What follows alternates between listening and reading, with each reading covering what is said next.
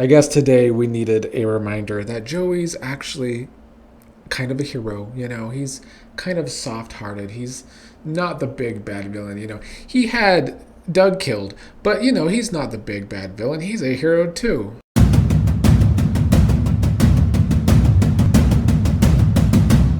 Hello, fellow Beyond the Gates fans. Here to talk about today's Beyond the Gates episode, the Wednesday episode this week.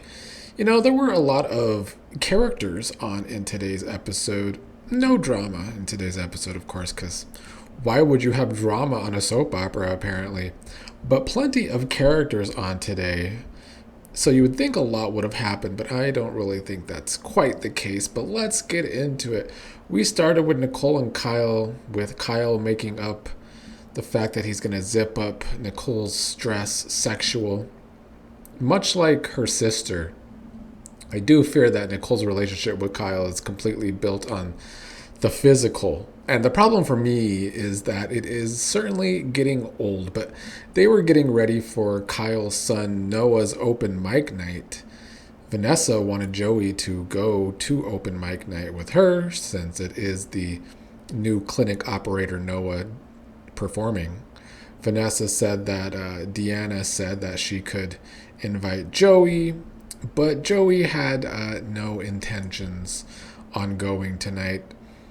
There was trouble, though, because Deanna and Noah arrived to have open mic night, only to learn that there were no more spots left. So Deanna says they have learned that they need to show up earlier next time. So they thought they had to call everyone and let them know that Noah would not be able to perform tonight. Noah calls his father.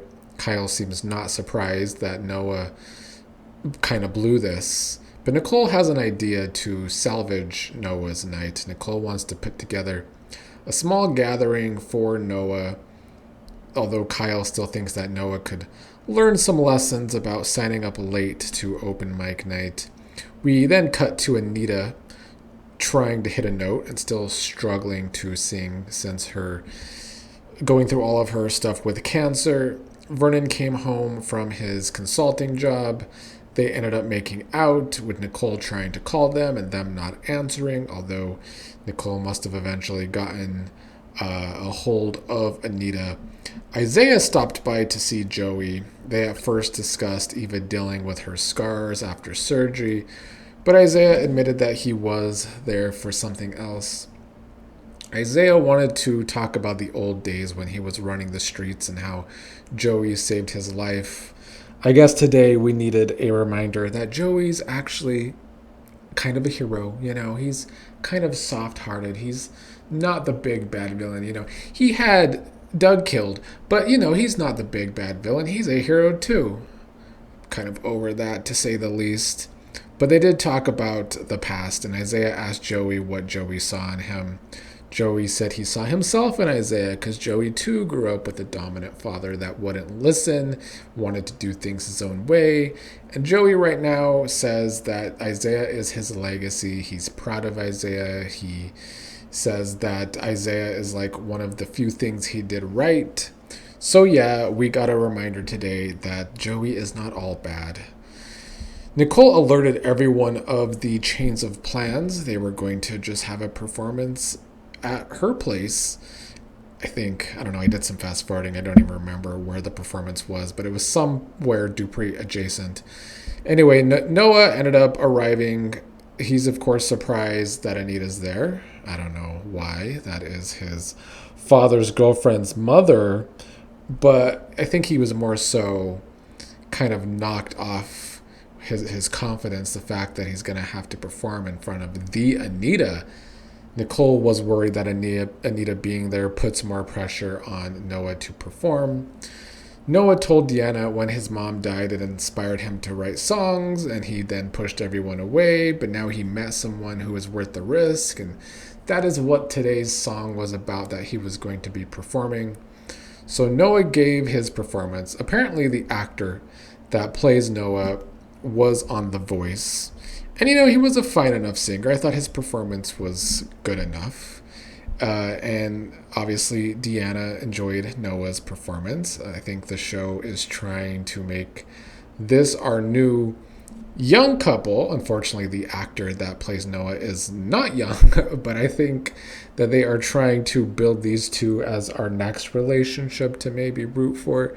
The show has truly yet to give us a hell of a love story. I'm still waiting for that. This is a soap opera after all. I know it's a CBS soap opera and they're a little less so about, making super couples or whatever, especially compared to NBC and ABC soaps over the years.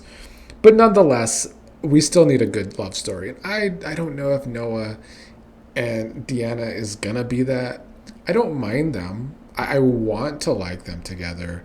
We'll see how they do with this relationship when it comes to Deanna seeing Doug and that part of Deanna being crazy.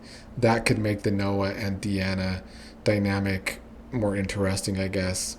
But Vanessa likes seeing Deanna smiling and seeing Deanna and Noah fall for each other.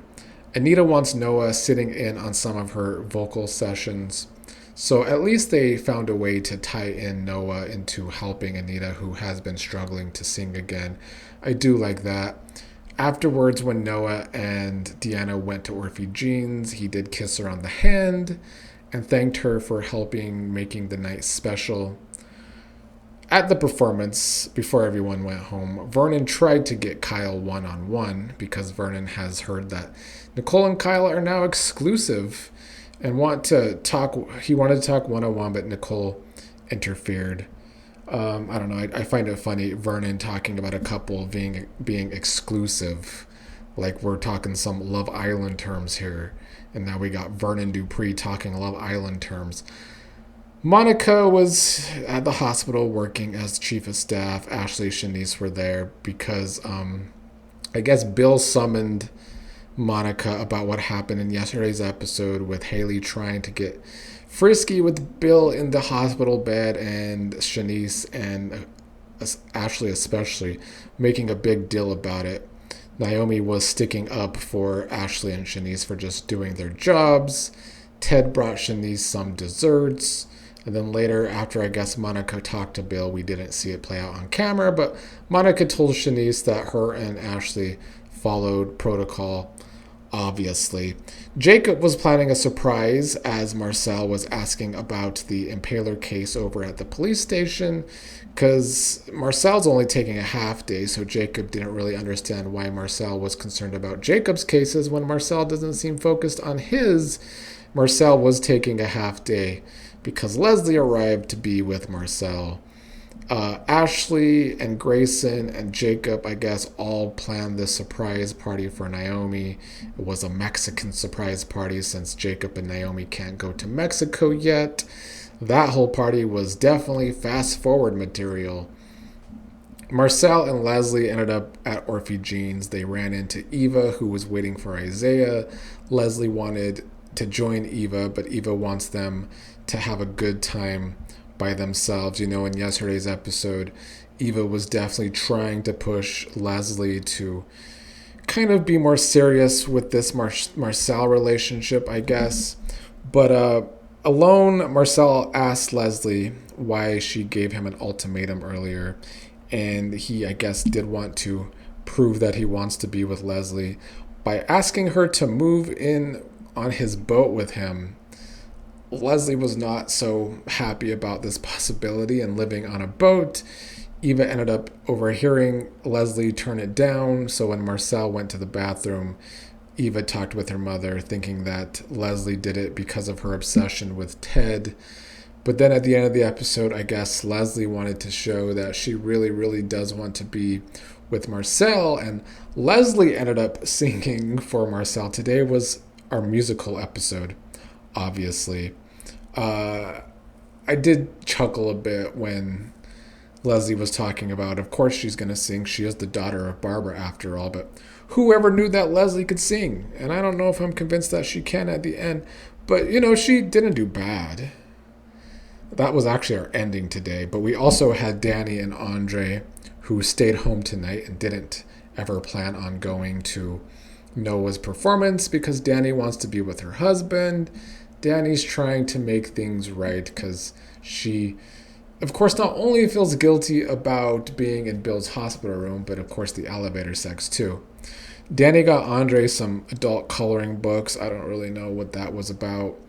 But when Dani was getting some champagne ready for them, Dani flashed back to telling Vanessa about the elevator sex with Bill. And when Dani brought Andre the champagne, Andre remembered the champagne being delivered from Heather and then seeing Heather the other day. I guess Dani got the same champagne that Heather had sent over, so they were drinking that again. Dani was feeling like Andre is distant and asks if he is still mad that she spent that time with Bill in the hospital room. She says she knows that Andre is her husband now and should come first. She asked Andre to forgive her. Andre decided to be the simp that he can be and said that he can't forgive her until she forgives him for acting like a kid and drinking his feelings away at the bar. And yes, has Andre had some somewhat much immature reactions to the whole Bill's health thing? Sure. But it's not like Andre ever really stands on business with Dani. So this is the closest we've kind of gotten to Andre wanting to deal with the fact that Dani could be an idiot where Bill is concerned. Of course, Andre continues to do it in a passive-aggressive way, though. And then, in typical fashion, where do the Andre and Dani scenes lead up to? Well, them in bed together. I guess the show is really trying to tell us that these two just really have a physical relationship at the end of the day.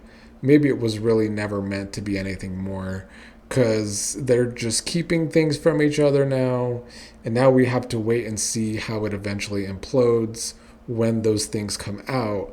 On this show, that could be August 2027 with how slow it goes. But yeah, that was today's Wednesday episode. Another episode where nothing major happened. Certainly no drama. I mean, the Noah performance, they're trying to make Noah and Deanna cute, but it's certainly far from must-see TV.